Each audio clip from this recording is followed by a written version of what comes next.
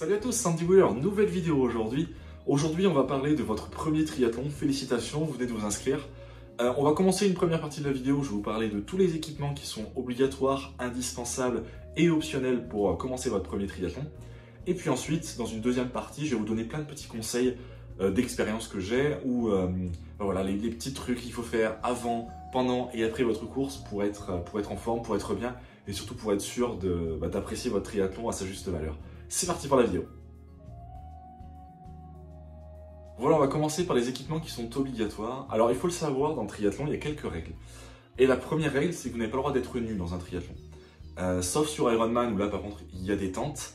Donc, vous pouvez vous changer de sport en sport. Sur triathlon classique, vous n'avez pas cette possibilité-là. Donc, vous ne pouvez pas passer de votre maillot de bain à votre cuissard et maillot de vélo, puis de votre cuissard maillot à votre t-shirt et votre short de course à pied. Donc, il faut utiliser un équipement qui fait tout. Je vous conseille de prendre une trifonction. Celle-ci, elle vient de chez Aptonia, donc de chez Decathlon. Elle coûte 20 ou 30 euros. Alors, ce modèle-là exact n'existe plus. Il en existe plein d'autres que je vous mets en photo. Le but, c'est d'avoir un équipement qui vous permet de faire les 3 sports. Donc, il faut qu'il y ait une peau de chamois qui soit la plus fine possible, mais qu'il y en ait quand même une pour la partie vélo. Donc, vous n'ayez pas trop mal aux fesses sur votre selle. Et ensuite, que vous puissiez courir avec une peau de chamois qui ne vous gêne pas et aussi que la peau de chamois ne soit pas trop remplie d'eau quand vous sortez de la natation. On va dire en termes de fourchette de prix, entre 20 et 40 euros, je vous déconseille, sachant que on ne porte pas de maillot de bain ou de caleçon en dessous, je vous déconseille d'acheter de l'occasion, partez sur du neuf, vu le prix entre 20 et 40 euros, franchement, l'investissement n'est pas trop grand. Ensuite, pour la partie natation, le seul équipement qui est obligatoire, c'est un bonnet de bain. Alors, pas pour tous les triathlons, je tiens à le dire, mais pour la plupart en tout cas. Sachez aussi que dans plein de triathlons, ils vous donnent un bonnet, parce qu'il faut une couleur spécifique pour être bien sûr que vous soyez inscrit à la course et tout ça. Donc voilà, dans la plupart des triathlons, un bonnet de bain vous sera donné. Malgré tout, prenez-en un avec vous. Déjà parce qu'il est possible que le bonnet de bain, si vous avez une tête grande comme la mienne, il est tout à fait possible que le bonnet de bain ne vous aille pas, donc dans ces cas-là, il faut que vous preniez le vôtre. Et aussi parce que si jamais vous le craquez, si jamais il y a un souci ou quoi que ce soit, avoir votre bonnet de bain, c'est toujours une sécurité. Et pour le bonnet de bain, on est entre 5 et 10 euros. Ensuite, on passe à la partie vélo. Donc, il y a 2 équipements qui sont obligatoires à vélo. Le premier, c'est un casque. Ce casque doit être fermé à tout temps à partir du moment où vous le portez. Vous n'avez pas le droit de toucher à votre vélo avant d'avoir mis votre casque et l'avoir fermé. Et vous n'avez plus le droit de toucher votre vélo à partir du moment où vous avez enlevé votre casque. Donc, T1 et T2, il faut faire attention. Si pendant les transitions, vous touchez à votre vélo alors que votre casque n'est pas sur votre tête, vous aurez une pénalité de temps. Et si par contre vous enlevez votre casque pendant la partie vélo, vous serez normalement, en tout cas dans la plupart des triathlons, vous serez disqualifié. Donc attention à ça, c'est absolument obligatoire. Il faut qu'il soit aussi de bonne qualité, il faut qu'il tienne dans le temps, il ne faut pas qu'il y ait de craques ou de problèmes de choses comme ça. En termes de prix, on est entre 15 euros chez Decathlon pour les premiers prix jusqu'à 50-60 euros. Le deuxième équipement pour la partie vélo, c'est évident, c'est un vélo. Il faut en avoir un. Alors, il n'y a pas de grosses règles sur le vélo. Vous pouvez prendre après ce que vous voulez. Vous pouvez prendre un VTT, un vélo de route, un vélo de ville, même un Vélib si vous voulez. Voilà, vous prenez après tout ce que vous voulez. La seule règle qu'il y a, c'est qu'il ne faut pas que ce soit un vélo électrique. C'est vélo musculaire uniquement. Il faut aussi que les pneus soient gonflés et que les freins avant et arrière fonctionnent. C'est vérifié normalement par les arbitres. Si vous avez tout ça, vous pouvez utiliser ce vélo sur un triathlon. Essayez, si c'est votre premier et que vous n'avez pas envie de performer, essayez de prendre avec ce que vous avez. Si vous avez un vieux vélo qui traîne dans le garage, que les pneus tiennent l'air et que les freins fonctionnent bien, vous pouvez l'utiliser.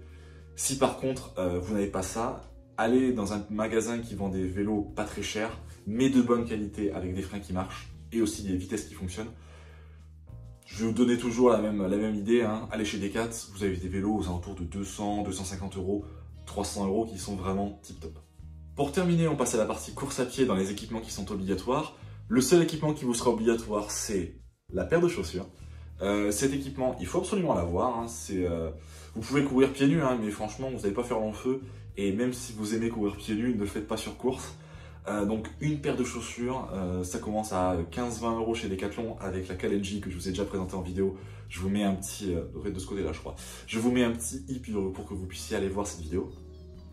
Donc vous pouvez commencer à un petit peu moins de 15 euros. Dans une fourchette de prix, on va se donner entre 15 et 40 € pour avoir une paire de chaussures convenable pour commencer un premier triathlon. Et le dernier équipement pour cette partie obligatoire, c'est une ceinture porte-dossard.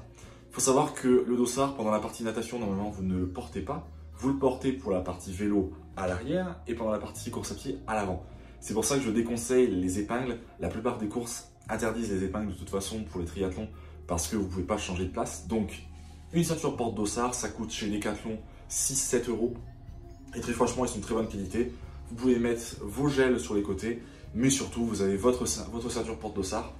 Pareil, attention pour certaines ceintures, elles n'ont que 2 points d'attache. Donc, elles n'ont pas celui du milieu.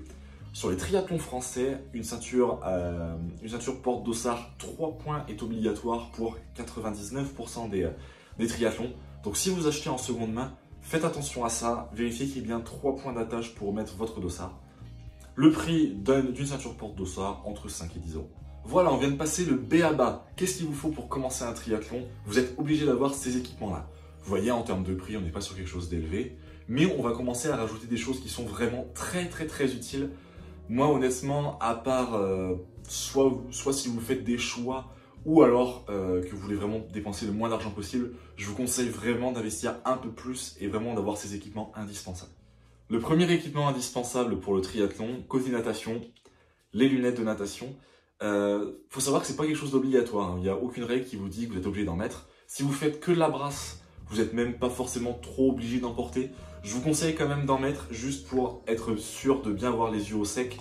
Si jamais vous prenez un petit peu d'eau de la part d'une personne qui fait du crawl un peu bizarre à côté de vous, vous allez être comme ça, vous allez être mal. Donc mettez-en quoi qu'il arrive. Surtout si vous faites du crawl, là ça devient très indispensable, on va dire. Mais voilà, ça coûte pas très cher non plus. On va donner une fourchette entre 10 et 20 € pour une paire de lunettes de natation convenables.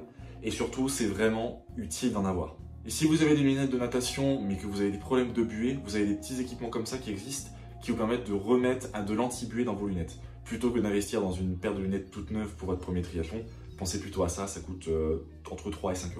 Ensuite, pour la partie vélo, je n'ai pensé qu'à 2 équipements qui étaient quand même assez indispensables à avoir.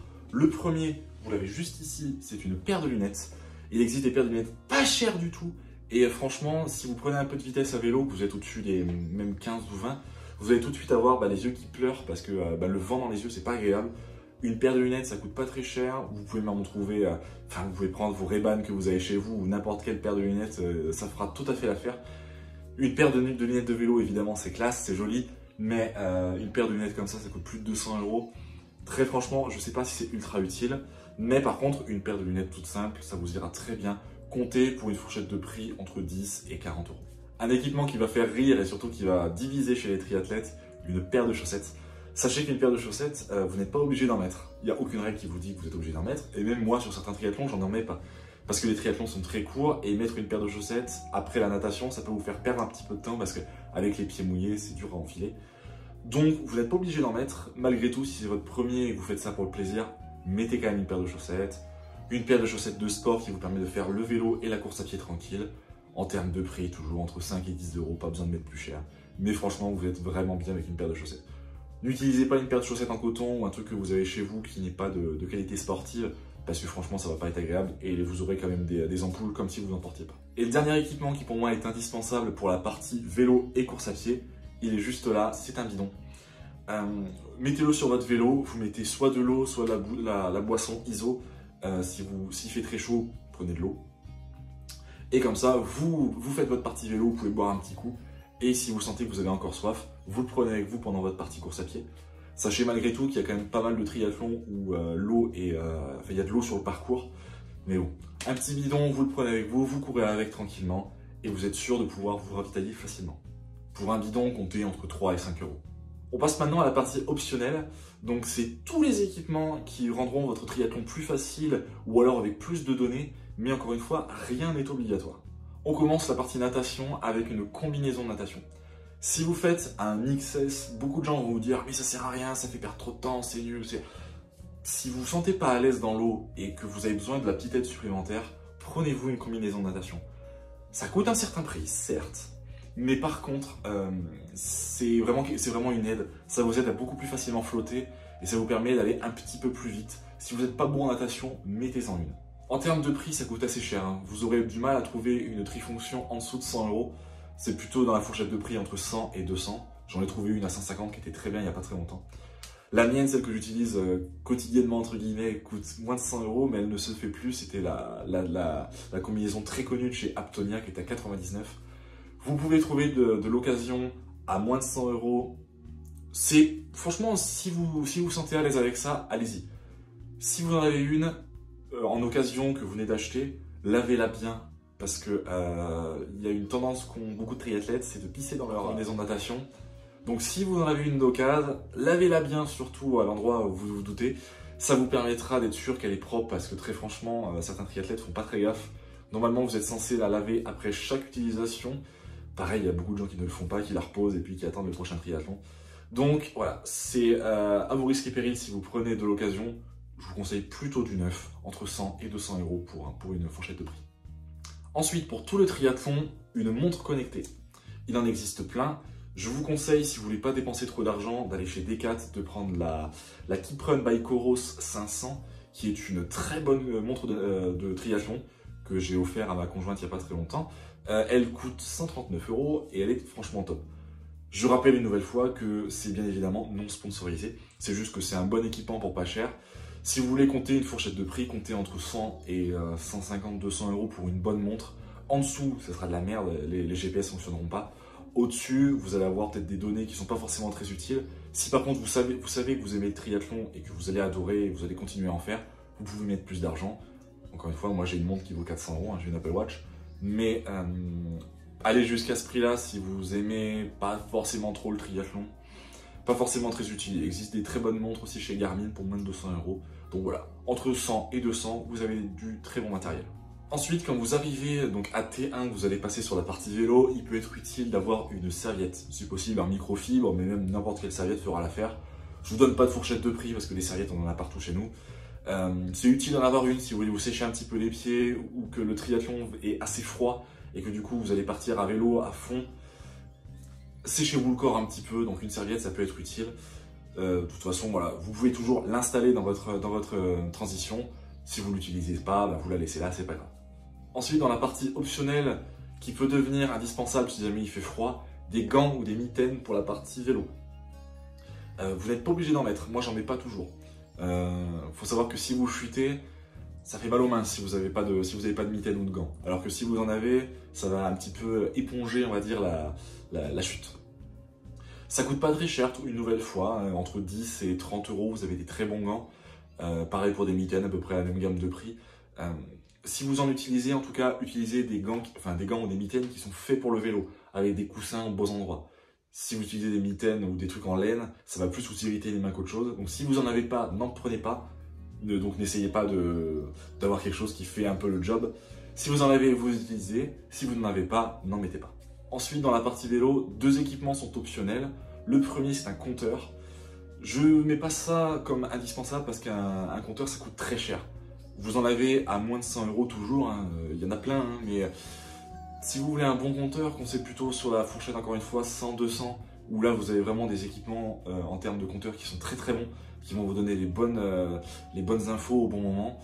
Si vous avez déjà la montre, ça fait un peu double emploi. Si par contre vous n'en avez pas et que vous aimez bien avoir des bonnes datas, effectivement c'est intéressant d'avoir un compteur. C'est vraiment très optionnel, je suis pas sûr qu'il y en ait forcément besoin d'un. En fait, moi quand je fais des triathlons, c'est assez rare que j'ai le compteur puisque j'ai déjà la montre. Si vous voulez le mettre, vous pouvez. Et le deuxième équipement qui est pour moi optionnel, c'est de quoi réparer votre vélo. Il faut savoir qu'il y a une règle en triathlon qui dit que vous devez faire votre triathlon du début à la fin sans aucune aide extérieure. Donc techniquement, vous pouvez avoir de l'aide d'un autre triathlète. Par contre, vous n'avez pas le droit d'avoir de l'aide d'une personne du bord de la route. Vous pouvez être encouragé, mais c'est tout. Donc si par exemple vous crevez et que vous n'avez rien pour réparer, votre triathlon est terminé. C'est pour ça que c'est malgré tout pas indispensable, parce que vous avez de la chance, vous ne crevez pas, vous n'en avez pas besoin. Ça reste quand même optionnel et franchement c'est intéressant d'en avoir.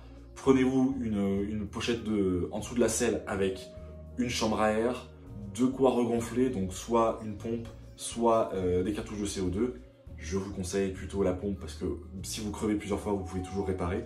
Et quelques petites rustines que vous venez coller sur votre chambre à air si jamais vous avez vraiment beaucoup de soucis. Sachez voilà, que vous n'aurez pas le droit à de l'aide extérieure s'il y a un souci. pour la course à pied, un truc qui peut être utile, qu'il fasse froid ou qu'il fasse chaud, c'est un couvre-chef. S'il fait chaud, une casquette. S'il fait froid, un bonnet, un cache-oreille, un tour de cou. Voilà, des choses qui vous permettent d'être soit isolé du froid, soit isolé du chaud. Une casquette, s'il commence vraiment à faire chaud, prenez-en une. Peu importe, vous prenez une casquette toute simple que vous avez chez vous. Très franchement, s'il se met à faire chaud et que votre triathlon dure même 5 km en course à pied, l'insolation peut très vite arriver et ça fait franchement mal. Vous pouvez être complètement à l'ouest et même pas terminer votre triathlon juste à cause de cette insolation. Donc voilà, protéger votre tête, c'est très important. Dernier petit équipement qui peut être utile sur un triathlon, c'est de la nutrition. Il y en a deux types, de la solide et de la liquide. Solide, c'est tout ce qui est bar, sandwich ou autre chose que vous faites vous-même. Je vous déconseille, surtout sur du triathlon court. Si vous faites du semi-Ironman ou Ironman, franchement c'est utile parce que vous êtes sur des durées très longues et il faut récupérer de l'énergie sur la longue durée. Donc effectivement, du solide est plus intéressant. Sur du triathlon court comme ce qu'on a envie de faire, là on va plutôt partir sur des choses qui sont vite ingérables et vite dans le corps, qui vont vite être utiles. Donc on va partir sur du liquide. Donc soit dans les bidons, vous rajoutez un peu de sucre ou de choses comme ça, soit sinon, vous utilisez des gels ou des pommes potes. Les gels, c'est sympa parce que c'est quelque chose, vous les prenez toutes les une demi-heure à 3/4 d'heure et ça va vraiment vous donner un boost d'énergie. Par contre, ça coûte cher. Donc sinon, vous pouvez partir effectivement sur des pommes potes. Toujours le budget, on va dire, entre 1 et 5 euros le gel. 5 euros, c'est vraiment les plus chers, c'est pas forcément les plus utiles. Entre 1 et 2 euros, vous avez 1 ou 2 gels pour faire votre triathlon. Voilà pour les équipements. Vous trouverez à la fin de la vidéo et en description une petite checklist de tous les points à avoir, donc de tous les équipements à prendre, de tout ce qu'il faut avoir pour commencer votre premier triathlon. Maintenant, on va passer à une petite partie conseils où je vais vous donner plein de conseils sur le triathlon, sur tout ce que j'ai pu apprendre au fur et à mesure des années. Premier conseil qui est directement lié aux équipements que vous allez prendre, prenez du rab, prenez des choses en plus. Même s'il fait chaud, prenez-vous une veste en plus, prenez-vous un coupe-vent, des choses en plus. En gros, vous prenez dans votre sac à dos tout ce qui est obligatoire et dans un sac à la main, vous prenez des choses optionnelles. Comme ça, s'il y a le moindre souci, il y a un changement de temps, vous avez votre ceinture porte-dossard qui claque, votre paire de lunettes qui pète, vous prenez, je sais pas, pendant votre échauffement, vous prenez un coup par quelqu'un qui nage à côté de vous et il vous casse vos lunettes, vous avez une deuxième paire de lunettes, vous pouvez faire la course. C'est voilà, c'est le au cas où qui sert jamais dans 99,9% du temps, mais pour les 0,01% du temps où ça sert, et ben au moins vous les avez. Ensuite, moi ce que je peux vous conseiller, c'est de faire les semaines avant votre triathlon des break sessions ou des sessions enchaînées. Par exemple, je vais faire 70 km de vélo, et ben je vais l'enchaîner par 3 km de course à pied. Je vais aller nager pendant 2 km, je vais aller faire 10 km de vélo derrière. Le but, c'est vraiment toujours d'enchaîner des sports pour habituer son corps à ne pas faire qu'un seul sport, mais en faire plusieurs. Et aussi d'habituer son corps à la sensation du changement de sport, qui est au début pas agréable du tout. Quand vous sortez de la natation, que vous commencez le vélo, vous avez l'impression d'avoir les jambes un peu toutes bizarres. Et le pire, et ça, là, tous les triathlètes qui regardent cette vidéo pourront le dire en commentaire, cette sensation de passer de la partie vélo à la partie course à pied, les jambes flasques, on se dit putain mais il n'y a plus rien dans les jambes, c'est horrible. Pendant les 500 mètres, premier kilomètre, même 1,5 km des fois, on a l'impression de ne plus savoir courir. Donc vraiment, habituer son corps à cette sensation de jambes flasques, de jambes bizarres, c'est vraiment ultra utile. Et surtout, le plus court le temps sera dans vos enchaînements, le mieux ce sera. Si vous pouvez arriver chez vous, poser votre vélo, mettre vos chaussures de course à pied, partir, c'est le mieux. N'essayez pas d'attendre 10 minutes, un quart d'heure, une demi-heure, parce que dans un triathlon, vous n'attendrez pas. Dans un triathlon, vous posez votre vélo, vous partez. Donc là, essayez de faire au plus vite comme ça. C'est-à-dire, vous commencez par, vous arrivez, vous posez votre vélo, vous mettez vos chaussures, vous partez courir. Vous faites 2, 3, 4 km, ça suffit, il n'y a pas besoin de faire beaucoup plus, et ça vous permet d'avoir cette sensation des jambes flasques. Pareil, un conseil que beaucoup de triathlètes vous donneront, aucun nouveau matériel le jour de course.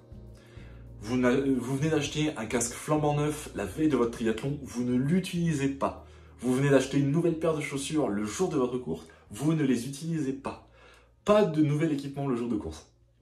Vous pouvez avoir tellement de mauvaises surprises. Votre casque, finalement, vous vous rendez compte qu'à un endroit, il vous gratte ou il vous fait mal. Votre paire de chaussures, vous vous rendez compte qu'en fin de compte, vous l'avez pris un tout petit peu trop petite, elle vous détruit les pieds. Pas de nouvel équipement le jour de course. Même des gels, des barres, surtout pas. Parce que vous pouvez vous rendre compte qu'en fin de compte, vous êtes intolérant à un produit dans le gel, et du coup, vous êtes intolérant. Donc vous m'avez compris, hein. être intolérant, c'est assez simple hein, dans l'idée. Des vomissements ou autre chose, c'est des choses qui peuvent arriver sur un triathlon. Pareil, vous venez d'acheter un tout nouveau t-shirt, comme celui-là, hein. Il est tout beau, tout neuf, vous êtes trop content, vous commencez à courir avec, et vous vous rendez compte qu'en fin de compte, il vous fait saigner les tétons. Chez les mecs, ça arrive souvent, donc pas de nouvel équipement le jour d'une course, vous n'utilisez que des choses que vous avez déjà rodées plusieurs fois, vous êtes sûr que vous n'avez pas de soucis avec, vous avez déjà fait de la distance, et au moins vous êtes tranquille et vous êtes sûr que tout ira bien.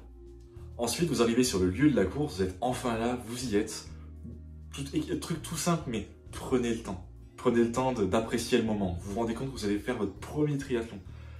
Succombez pas trop au stress si possible, mais en tout cas, prenez le temps et appréciez. Ça sera votre seule et unique première fois, donc comme pour toutes les premières fois, il faut prendre le temps d'apprécier. Ensuite, vous allez arriver sur la zone de transition. Sur cette zone de transition, vous allez poser soit seulement votre T1 ou votre T2, soit les deux. T1, natation à vélo, et T2, vélo à course à pied.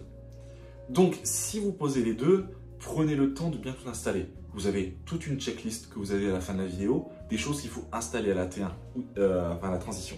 Donc, prenez le temps de bien tout installer et faites une visualisation. Vous regardez à quel endroit vous allez arriver dans la zone de transition, qu'est-ce qu'il va falloir récupérer comme équipement sur la zone. Si vous avez T1 et T2 en même temps, il ne faut pas tout prendre. Il ne faut pas prendre vos chaussures de course à pied, vos chaussures de vélo, il ne faut pas tout prendre. Donc, on prend la visualisation, on prend le temps, on installe 2-3 fois son casque pour vérifier que comment il est installé, c'est bon. Et ensuite, vous faites une visualisation pour sortir de cette zone et pour sortir, voir où vous allez monter sur le vélo parce qu'il y a une ligne qu'il ne faut pas dépasser. Et ensuite, vous pouvez partir sur la partie vélo. Je ferai une vidéo dans quelques semaines plus en détail sur comment se passent des transitions. C'est ultra technique, c'est génial, c'est le 4e sport du triathlon, c'est les transitions. C'est génial à voir et je vais vraiment vous expliquer tous les petits points, toutes les petites choses, mais ça fera l'objet d'une future vidéo. Voilà, votre transition est installée et maintenant la course va commencer dans très peu de temps, mais souvent il y a un petit mot des organisateurs et un briefing. Il est obligatoire d'écouter ce qui se passe dans un briefing. Je vois trop de gens dans les triathlons qui parlent entre eux, qui en ont rien à foutre de ce qui se passe pendant les briefings. Certes, il y a les mots du maire du coin, des trucs comme ça, effectivement, on s'en fout un peu, même si c'est sympa de les entendre, mais effectivement, c'est pas le truc le plus important. Par contre, souvent, il y a des informations sur le parcours qui sont très importantes. Il y a plein de petites informations qui vous sont données. Sachez que maintenant, dans la plupart des triathlons, quelques jours avant le triathlon, il y a un mail que vous recevez avec toutes les informations sur le triathlon. Les distances, les dénivelés, les points chauds, les points importants. Mais malgré tout, ils vous sont souvent rappelés et même des fois, ils sont actualisés parce que le matin de la course, il y a eu une levée des eaux et du coup, il y a un endroit où on ne peut plus passer. Donc du coup, il y a une déviation, il y a eu des gravillons, il y a eu quelque chose comme ça. Ou alors, il y a une manifestation, c'est bien le truc actuel en ce moment. Et du coup, il y a des changements de parcours. Il est ultra important de bien écouter ce qui se passe. Au moins, vous avez toutes les informations sur le parcours et vous aurez l'air bien con si jamais vous vous retrouvez à faire le parcours parce que vous le connaissez bien. Vous arrivez à un endroit où il y a un panneau de déviation dans une descente, vous ne l'avez pas vu, vous allez tout droit. Au mieux, vous loupez votre parcours et vous allez faire du truc en plus ou alors vous allez être hors parcours. Au pire, vous allez prendre le panneau de déviation, vous allez passer pas dessus et terminer bonsoir. Donc, écoutez pendant les briefings. Ensuite, ça y est, vous y êtes, vous avez l'adrénaline qui est au max du max. Vous allez bientôt partir pour votre triathlon. Vous êtes sur la ligne de départ. Petit conseil une nouvelle fois, si c'est votre premier et que vous ne visez aucun temps, mettez-vous à l'arrière. Pour 2 raisons. Le premier, si vous n'êtes pas bon en natation, vous éviterez de vous prendre des coups de la part des personnes qui sont devant et qui veulent aller vite. Et deuxième point, vous allez pouvoir plus apprécier parce que vous allez pouvoir poser votre nage, être tranquille, prendre le temps. Vous serez avec des personnes qui seront de votre niveau autour de vous parce que souvent, les gens qui sont à l'arrière au niveau d'un triathlon, c'est qu'ils ont envie de prendre le temps aussi. Pour la plupart des triathlons, surtout les plus courts, vous n'avez pas trop de barrières horaires, donc vous pouvez y aller tranquille.